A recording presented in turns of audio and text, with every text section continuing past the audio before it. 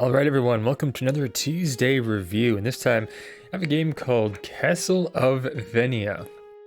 Now this name sounds like it might be a play on Castlevania, while not directly being called Castlevania. So it's kind of an interesting thing to do with the title here. Basically, you are a warrior who's trying to defeat the demon Venia. So you're going through this castle till you get to the end, which is actually outside the castle, and you face the demon and then beat the game. That's the premise right there of the game itself. So it's an indie game by Classic Game Software, published by Droid Riot, currently priced at $3.99. I've played this game, I've beaten this game.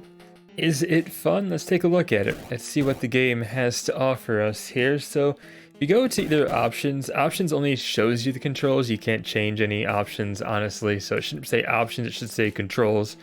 And if you start the game, you have to hit the B button to activate it recognizing the controller. Otherwise, the controller won't work. You can only attack while you are standing still, not while you're jumping or moving. So that's different, and that can be frustrating compared to games where you can attack while you move, no problem. Go to new game real quick so we can show you here. It does seem like the makers of this game were trying to go for a different type of puzzle platformer and something with kind of like a retro CRTV kind of feel to it. Can you see, like, with the rounded edges? So to collect all souls to access the next level right here. This first level is a tutorial, tells you how to play the game. You have to collect all 3 of these gems, these crystals, in order to access a fire sword attack, which doesn't cost anything. You just swing it and hey, I've got fireballs now. Now the crystals are optional. You could actually technically beat the level without it, but in many cases you're going to want to get those because there are enemies that it's going to be very necessary to get that.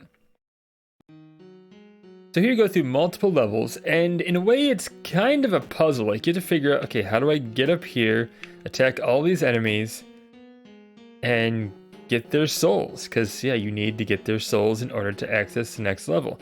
And again, you can't attack while you're moving. You can only attack while you're standing still.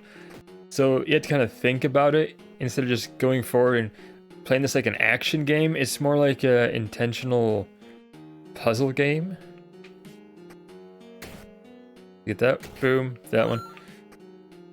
So if you approach it more like a puzzle game than an action platformer and kind of take your time, you do have limited health. You start with 5 health, and you can get hearts to replenish and even make your health even higher than 5. If you find a heart, you can actually exceed 5, I believe, if I remember correctly. Also watch out for fire pits and jumping.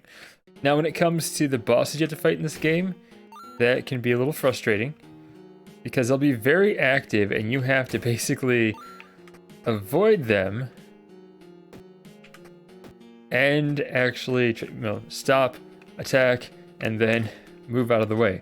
So that can be a little frustrating as well. I will say, when it comes to this game, total game length was roughly about under an hour. Like, it took me less than an hour to beat this. I think just under an hour, my total gameplay, but yeah, it wasn't very long to beat, honestly. And part of that was like dying multiple times as well. Is this game fun? I mean, honestly, it has potential to be. It all depends on how you're going to approach this game. This game has very mixed reviews. I'm gonna tell you right now, the reviews are not great on this game, and I can see why. Because people are used to a game that plays a lot different. They're used to a game where you can attack while moving. I'm not gonna say the game isn't fun at all. Like, it can potentially be a lot of fun.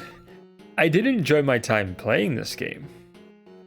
I don't think it's like a really great game, but I think you can potentially have fun with it. Is it worth it? I'd personally, if you want to try to play this and approach the game how it wants to be played, more puzzle platformer, like trying to figure out the correct strategy for beating this game and beating each level, then I'd say, yeah, give it a try, but I wouldn't pay full price. I'd wait for like a Steam sale. I think when I got this, I think I may have gotten it on sale. And I didn't pay $4 for it. I paid, I think, maybe $1. Got it like really cheap. So you can find this cheap on a Steam sale. Check it out. It's an okay game. You can potentially have fun with this one. Wait for a sale if you want to check this one out. But other than that, it's an okay game. There's definitely better games out there. There's worse games out there too. So that's my review on this game. I appreciate you all for watching. You all are amazing. Thank you so much for just tuning in my videos. You really mean the world to me as far as the views that I get, the comments that I get. And I will reply to all your comments as well. I'll make sure to monitor those. We'll see you next time. And until then, stay awesome. And we'll see you then.